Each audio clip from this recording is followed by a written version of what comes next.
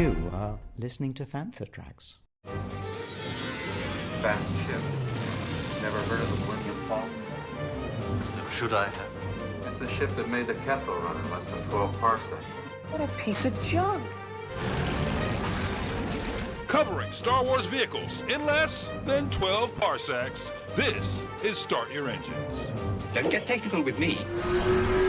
Here are your hosts, Paul Naylor and Mark Newbold.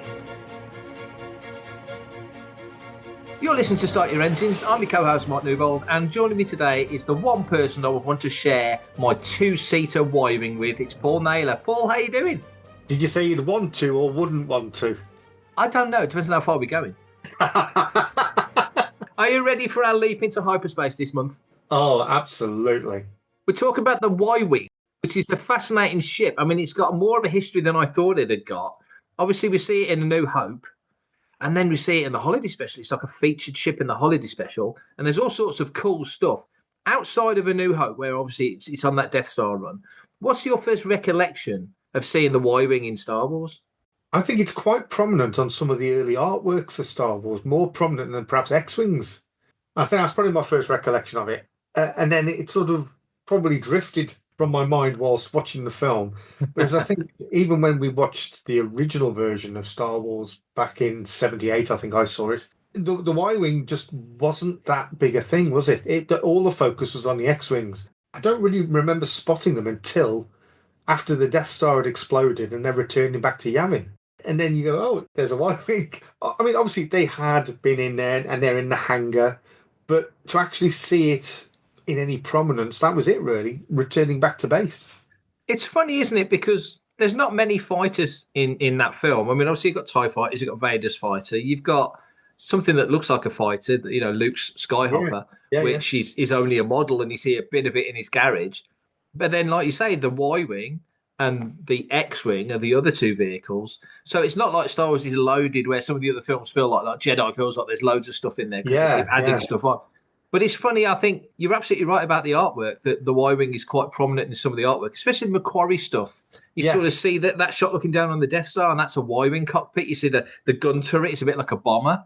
I didn't get to see the Star Wars Holiday Special until years and years and years later. No. I was aware of it, but yeah, the fact that it exists in its own right is quite weird. I also seem to remember, wasn't it more of a detached part of it? Wasn't it just the front nose? Yeah. In the Holiday Special, it's the animated sequence, and it is the front bit of it comes off. And it makes sense. I mean, it almost is an escape pod. It makes all the sense that would land on the planet, and that's what... You know, that's what they're in when they first encounter Boba Fett is a Y-wing. So it's funny that you sort of think of the Y-wing as almost a B ship, not a B-wing, as a B ship compared to the X-wing being an A ship, not an A-wing. I mean, it's funny. So Star Wars, it does the Death Star run. It's not so much in the trenches as the X-wings are. They're different, capabilities. They're more bombers in Star Wars. But the next thing that came out after Star Wars, apart from the Marvel run, was Splinter of the Mind's Eye, and the vehicle that Luke and Leia are in, going to Sakarpas, Mimban, as we know it in Solo, is a Y-wing. So you actually see the Y-wing in the first sort of spin-off novel from Star Wars. It's more prominent than the X-wings. So isn't it funny that vehicle, actually, when you think about it, especially early days, has got more sort of purchase in the story than you might think it does? I don't know whether it was the same for you, but growing up, if it was released as a toy, then it became more relevant. Yes. And the Y-wing fighter, unfortunately, came out right at the end of the Return of the Jedi figure run, by which stage I would have been about 15, I think. I think it came out in 85. So I was starting to sort of not lose interest in Star Wars, but I've got other priorities, girls. But I do recall an old neighbour of mine growing up had the die-cast Y-wing. Yes. And it got quite a lot of red on it, I seem to recall. Yep. That was its only real introduction into Star Wars collectibles for many years. It was red. The look of it is so distinct. I was fortunate enough to have one with the little bomb underneath, the little sort of red bomb underneath, which not all of them have. A bit like the Star Destroyer doesn't always have the text before. But it's such a cool model because, as you say, the engines pop off as if they've exploded. You've got a little strut at the front to sit it down. So I think, personally, of all those early, especially the early ones, the two most attractive ships were the Star Destroyer and that red Y-wing. I think the Y-wing, for me, as a design, is probably way better than an X-wing. It's a shame it hadn't got more time on screen in the Battle of Yavin, because I think that would have elevated in people's memories. It very much became they were also there as well kind of ship, rather than having any significant screen time. We won't say that to Angus McInnes, though, next time we see him, because he might not take that the right way. We won't. No. Angus, my dear fellow, if I've offended you. Again. Yeah. Again, going back to when we were little kids watching this, age 8, 9, whatever. Yeah. An X-wing had X-shaped. A Y-wing was the shape of a Y. Yes. An A-wing could be conceivably seen as an A. Depends on the font. What was the B? Yeah. Hi, this is Brian Hickey, and you're listening to Fanta Tracks. Because in the original trilogy, especially in the original trilogy, we were starved for any ships. I mean, there's not that many, really. By Jedi, you see more. You see Moncal cruisers, you see other Star Destroyers, which are coming in Empire. You see the Y-wing, you see the X-wing. There's not that much, really. It's not until you really get into the nuts and bolts as we move into the decades later. It's a bit like Stormtroopers. You only had Stormtroopers, Snowtroopers, Scout Troopers, and a couple of other iterations of that.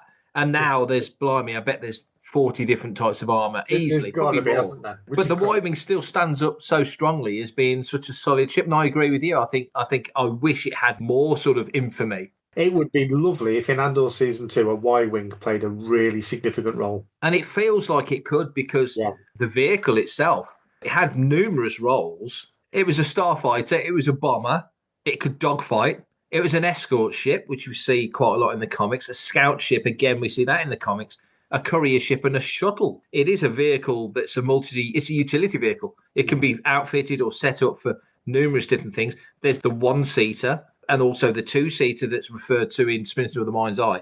So I love the fact that you can sort of configure this ship to do a multitude of tasks. This is why, really, it should have more time, because it's far more flexible than an X-wing. It's the BTL Y-wing Starfighter. It's also known as a Y-wing Starfighter or bomber, or just the BTL series Y-wing fighter. It's a multi-role starfighter bomber manufactured by Coaxium Manufacturing, so it's not a Corellian ship. Not Corellian? Good grief. Not Corellian. I'm sorry, Paul. I've dropped the ball. It's not a Corellian ship. It was commissioned by the Galactic Republic during the Clone Wars, so we will remember well from seeing those Clone Wars episodes when he saw the Y-wing, more plating on it, looking a lot sleeker and a lot more designed, if that makes sense. It's much more Clone Wars-y. A bit like the Falcon getting bashed up in Solo, isn't it? It's like they took the panels off, they lose the weight of it, you strip it back to what we see in A New Hope. What did you think of that Clone Wars design? It sort of bridged the two trilogies, didn't it? It gave you that prequel trilogy vibe almost. Am I right in thinking there were later iterations in the sequel trilogy as well? Yes. The Clone Wars version, Matthew, my son, had the Galactic Heroes version of the Y-wing. Yeah. And again, that had the bombs that were dropped from the bottom of it. And I think we've still got them. That was a nice design. When you see these things that really, to all intents and purposes, are sort of blink and you miss them kind of vehicles. When Matthew was little and he was collecting that range of figures, the different characters, the depth that they went into was incredible. So yeah, that's another fond memory of the Y-wing is my little lad growing up. Yeah, I got lucky recently, just going off topic before we get on the topic, that Amazon did their very nice version of the Ghost, which I managed to pick up. It's the pack that comes with the Phantom 2 on the back, but also two Y-wings to support with the figures. How cool is that? To have put awesome. two Y-wings rather than a Y-wing and something else. Yeah. The fact that they've said, no, we want two of these in here, this is great. And also, I think with the Ghost, if you were thinking of a character, I mean, like here is the pilot of the Ghost, and the ship that I think of to go with Hera more than the Y-wing is the B-wing. Yeah. There was a link to her flying the B-wing in Rebels. Yeah. But I love that they put these Y-wings in almost as escort ships, and they look so good together. That is a classy set. I'm tempted, sorely tempted. There were a number of notable models of the Y-wing. There was the original two-seater, the BTL B Y-wing bomber, starfighter. It was succeeded by the BTL S3, which was the Y-wing, and the single-seat BTL A4 Y-wing, which was an assault starfighter and bomber. So as you can tell, there's lots of different versions of the Y-wing. Going back to what we just said, utility vehicle, can do anything. I love that. I love that in Star Wars ships. The Falcon's a freighter by trade, if you like. But it's the coolest starfighter out there. It's a big ship, but it's a fighter. In our hearts, the Falcon can look after itself. Manufacturer. Manufactured by Coaxium Manufacturing. It's a name we don't hear that often, but it is a name that's been around in Star Wars lore for a long, long time. Model and class. It's a BTL Y-wing starfighter. It's an assault starfighter. So it's there to kick ass and take names, as they say. I was surprised at the cost. 134,999 credits new, or 65,000 credits used. Now, you've got to imagine the Rebellion are trying to pick these up secondhand from junk dealers like Watto, aren't they? Because that's a lot of moolah to lay out for a brand new ship. It certainly sounds a lot. I don't know what the exchange rate is, but it does sound like a lot of money to me. Technical specifications. It's a bigger ship than you might think. 23.4 meters long, 16 meters wide. It's got a maximum acceleration of 2,700 G. That's 11 mg LTS. Maximum atmospheric speed. 1,000 kilometers an hour, even faster with the deflector shields on. So this thing can go. Another reason why we should see more of it. Just thinking back to what I said earlier, it's an absolute missed opportunity if they don't feature it highly in Andor Season 2. Massively, because if we go into Yavin, which we know we are, it feels like in A New Hope, you saw them kind of in the background in the hangar. Yeah. And they were probably painted ones because there's lots of literally cardboard cutouts of ships in those sequences. I love that they've just left that as it is. It's just like we know, but nobody else would. But if you get to Andor, as you say, and you're watching the Rebellion build, you're getting X-Wings. We know it. We know what we see in Rogue One kind of needs to be built, let alone what we see in A New Hope. I really hope there's like a hero moment with a Y-wing attack. The weird thing regarding like the colours that they put on the ships as well. So for many years, I would only ever consider an X-Wing fighter to have that red stripe down the side. Yeah. Almost the inverted Starsky and Hutch kind of idea. And then you get to like the sequel trilogy when you start getting X-Wings that are in black with orange bits on, or you get white with blue stripes and different things. And it's been a bit the same with the Y-wing. Because of the model that came out late in the Kenner/Palatoy run was predominantly sort of the grey plastic, but with little touches of yellow. I always imagined the Y-wing to have that, but then I recalled the die-cast vehicle, which has got red. Why should it just have a red stripe on it? Why should it just have yellow patches on it? It's a bit like, again, Rogue One. You see the Crash part as an X-Wing in sort of black and white. Yeah. And General Merrick's X-Wing with the blue on it, which just looks so cool. You're totally right. We just get so used to Red Squadron in A New Hope. Why wouldn't they? It makes all the sense. But it's almost like nothing else ever lives up to what your original vision of it is. Totally agree. For everything in one location, daily news, reviews, interviews, podcasts, video, and social media feeds, bookmark fanthatracks.com for Star Wars news 24/7, 365.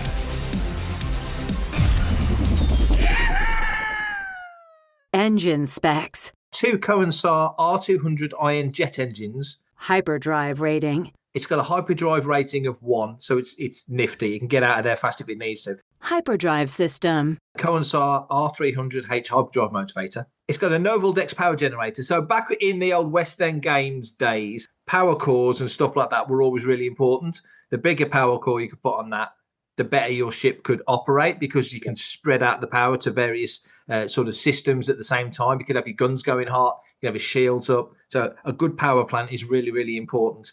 It had Chempat shields. Hull. It had a titanium reinforced alu steel alloy. So when you look at that ship, obviously they've stripped all the hull plating off the engines, as we know, to give it a classic sort of open grid look to the engines. Yeah. But when you get to the body, there's always a weak spot on every vehicle. But unless they hit it in the sweet spot that's going to knock it down, the Y-wing always felt to me like it could take a few thumps. I take it its weakest spot would probably be the neck. That's what I always liked about it. It's got a sturdiness to it. Do you know what it reminded me of?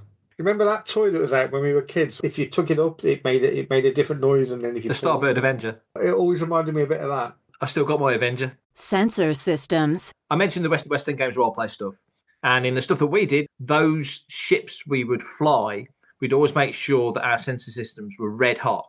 So you could drop out of hyperspace on the edge of your system, do a scan, and you've given yourself enough time to bug out if you need to, or silently, stealthily get in if you can get in without attracting the wrong people's attention. So it had a Fabritech ANS5D full spectrum transceiver, very, very handy, with a PA9R long-range phase tachyon detection array and a PG7U short-range primary threat analysis grid. That's a lot of techie talk for...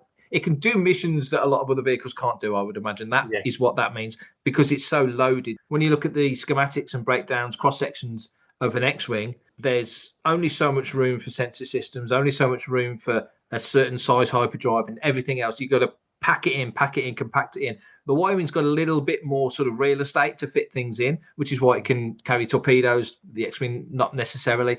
We saw in a recent episode of Skeleton Crew that there is an X-wing that now has ion cannons as opposed to full-on attack guns. So it's got different modes now on the X-wings in that sort of Skeleton Crew Mando era. Almost a political statement because of when it's set, so many years after Jedi. Weapons systems. Fabritech AN27 tracking computer. So everything is top of the line. They know they can send a good Y-wing pilot into a hot situation. Would have been a very expensive vehicle for the Rebels to have, wouldn't it? Yeah, I mean, looking at that original cost, 135,000 credits, 65 second-hand. It's like you say, because it's a utility vehicle, any outfit could use it for pretty much whatever means they want to use it for. And if Poodoo hits the fan, then you know you've got a ship that can either run fast, attack fast, it can bomb, it can fight, it can do everything, really. Really, when you dig into it, I was quite surprised what a utility vehicle it is. That's probably why, in hindsight, that there weren't that many at the Battle of Yavin, because they were too expensive to lose. A comparison point, Episode 8, for example, the opening of Episode 8, where all the bombers get wiped out. Poe does his big hero thing, takes out that big dreadnought, but a load of bombers get taken out as well. And he carries the can for it because he was kind of insubordinate, going into business for himself, if you want to say that. But an important point is probably tied to what you've just said. Those things are damn expensive. Yeah. And the Rebel Alliance was low on resources, but you've got to imagine the Resistance was probably even lower. Those were ridiculously slow as well, weren't they?